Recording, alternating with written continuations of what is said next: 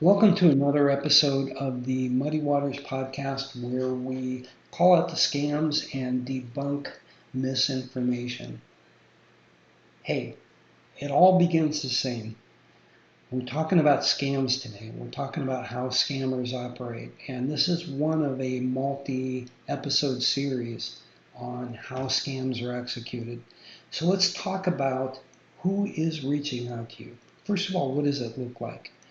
It's a random message, right? Could maybe you're on a dating site, and I've been on them as well. Full disclosure, that's where I met my current wife of 7 years.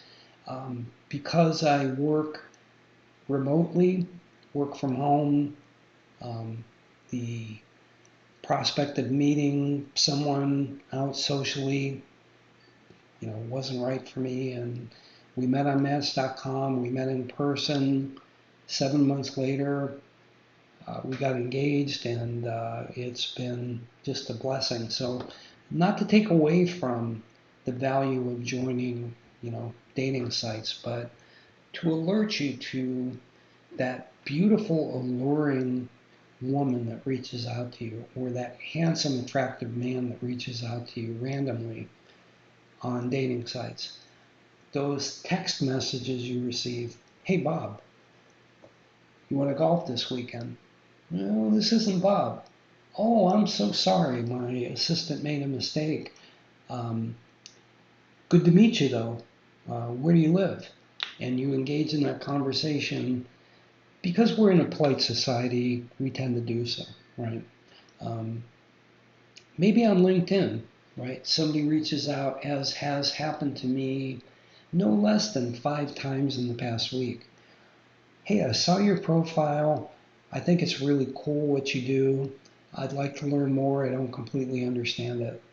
Um, LinkedIn is very specific about what I do, right? So it's kind of weird that somebody would write a message to me and say, hey, I don't really understand what you do, when they can read my profile and easily determine what it is that I do. Um, I'm here to tell you that while it may feel like these are individual scammers potentially reaching out to you, and it may be appealing to you to engage with them initially, right? It's always uh, motivating when someone takes an interest in you. But I'm here to tell you that it's not just individuals; it is organized crime likely behind these outreaches. So let me show you a photo. This is not your typical apartment or condo complex. This photo is taken from a very extensive CNN article researching how scammers operate. And this compound, housing multiple thousands of people, they're all human trafficking victims. And I want to share with you a story. So just take in this picture for a moment and consider how many people are living in this housing complex. And let's talk about the story of a man named Rakesh. Rakesh graduated college with a chemical engineering degree, highly educated, um, experienced 6 months or so of unemployment, and because he had a family to support, began to apply for multiple jobs, as we all do, right? And was offered a job in another country, Thailand specifically.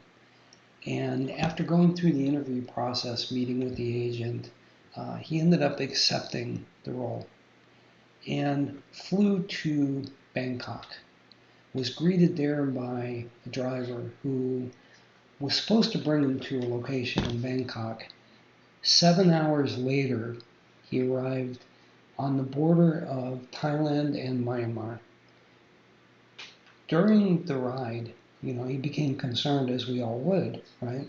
Um, called to the agent and said, "Hey, what's going on here? I thought I was accepting a job in Bangkok. I'm being driven multiple hours." And the agent said, "Don't worry about it. We've changed the position. You're now going to be, working out of a different office.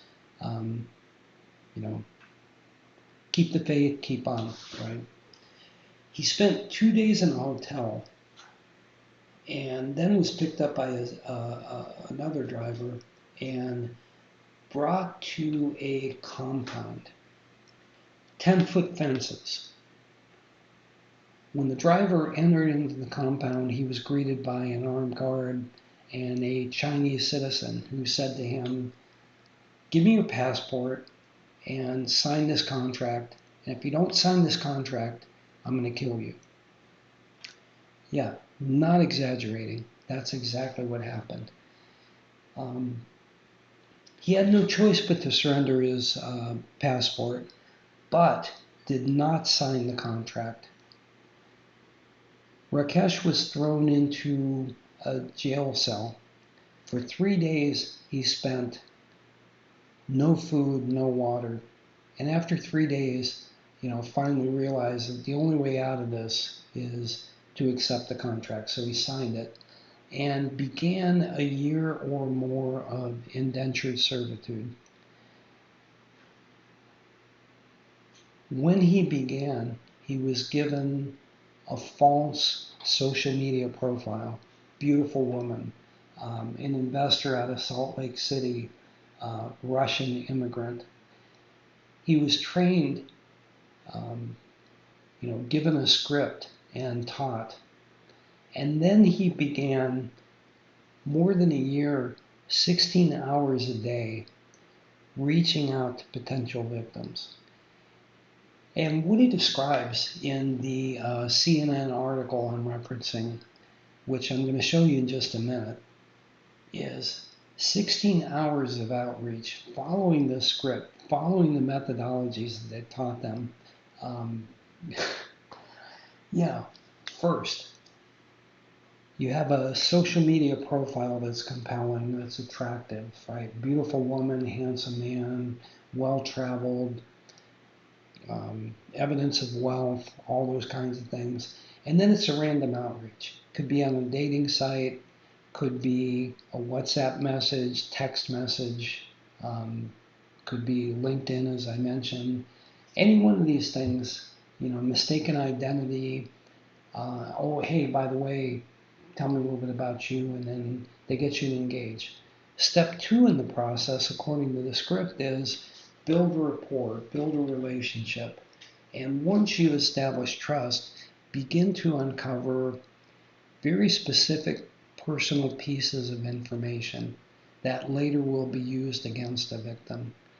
Step 3, introduce investments, right? And by the way, I've done really well in cryptocurrency, and you won't believe how much money I've made. Have you ever considered cryptocurrency, or whatever the investment vehicle is? On dating sites, might be an investment scam, might be a family member needs to have surgery, and I love you, can't wait to meet you, but I need your help. Whatever that investment scam looks like. At some point, introducing the concept of money, right? That's all according to the script. So let's look at Rakesh's story. So this is an aerial view of the compound that Rakesh was taken to. Under gunpoint, again, 10-foot fences, armed guards, the whole kit and caboodle, right?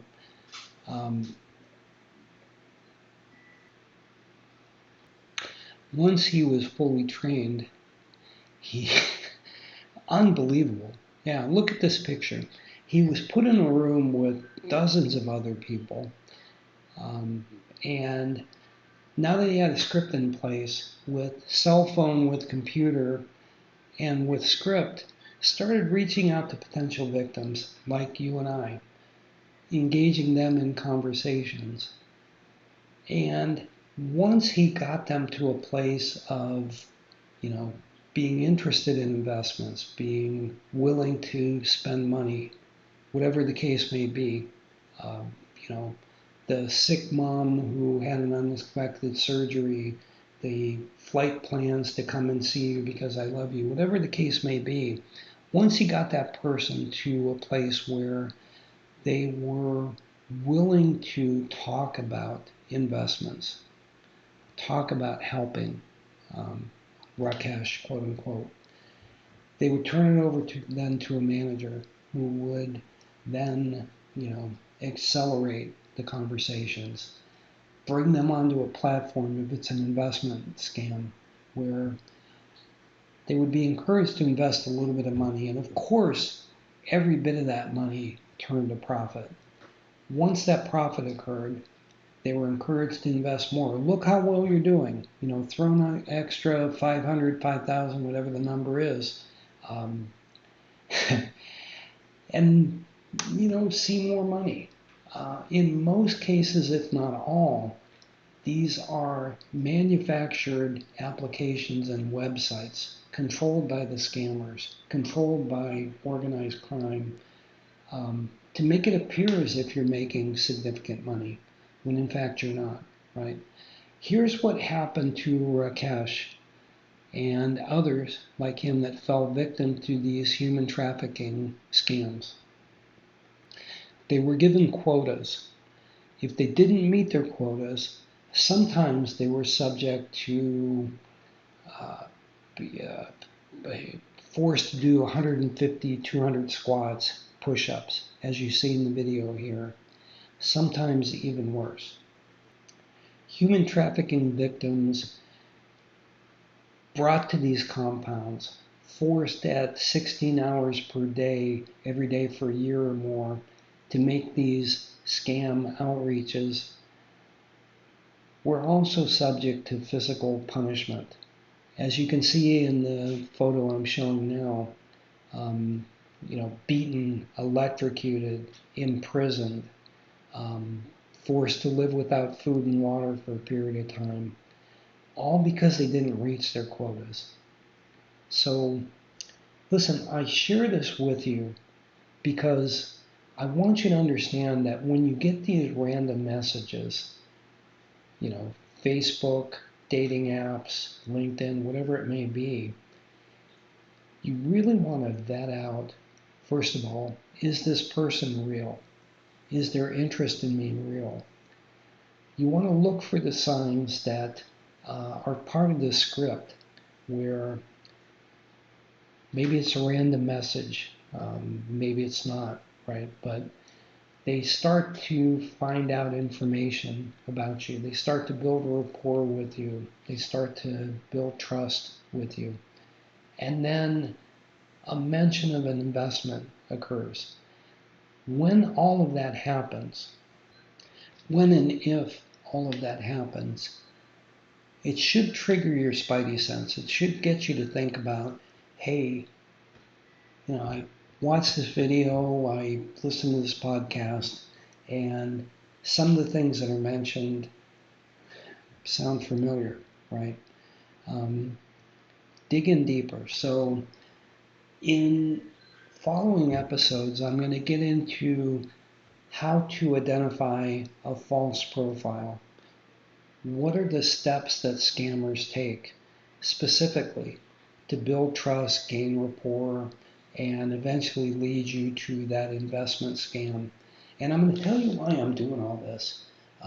Between 3 friends of mine only, they've lost over $500,000 to scams.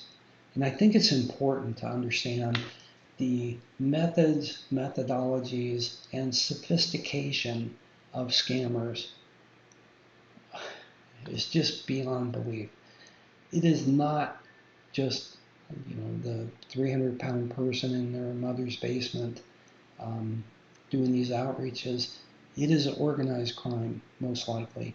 And my goal with this YouTube video podcast session is to help you spot the signs so you don't fall victim. And I hope that this video, I hope this podcast has been helpful to you. I encourage you, if you learned something new, if this surprised you or shocked you, number one, click the thumbs up button if you like this video. Share it with friends who you think would benefit from it. Please subscribe to my channel. I promise to continue to give you in-depth analysis into how scams work, how to protect yourself, and I would love your comments. If you learned something from today's session, please enter some comments, ask me some questions, suggest other things you'd like me to research. I am going to be publishing a book very soon on how scams work and how to protect yourself, and more information on that as well. But listen, thank you for tuning in. Hope you have an excellent day.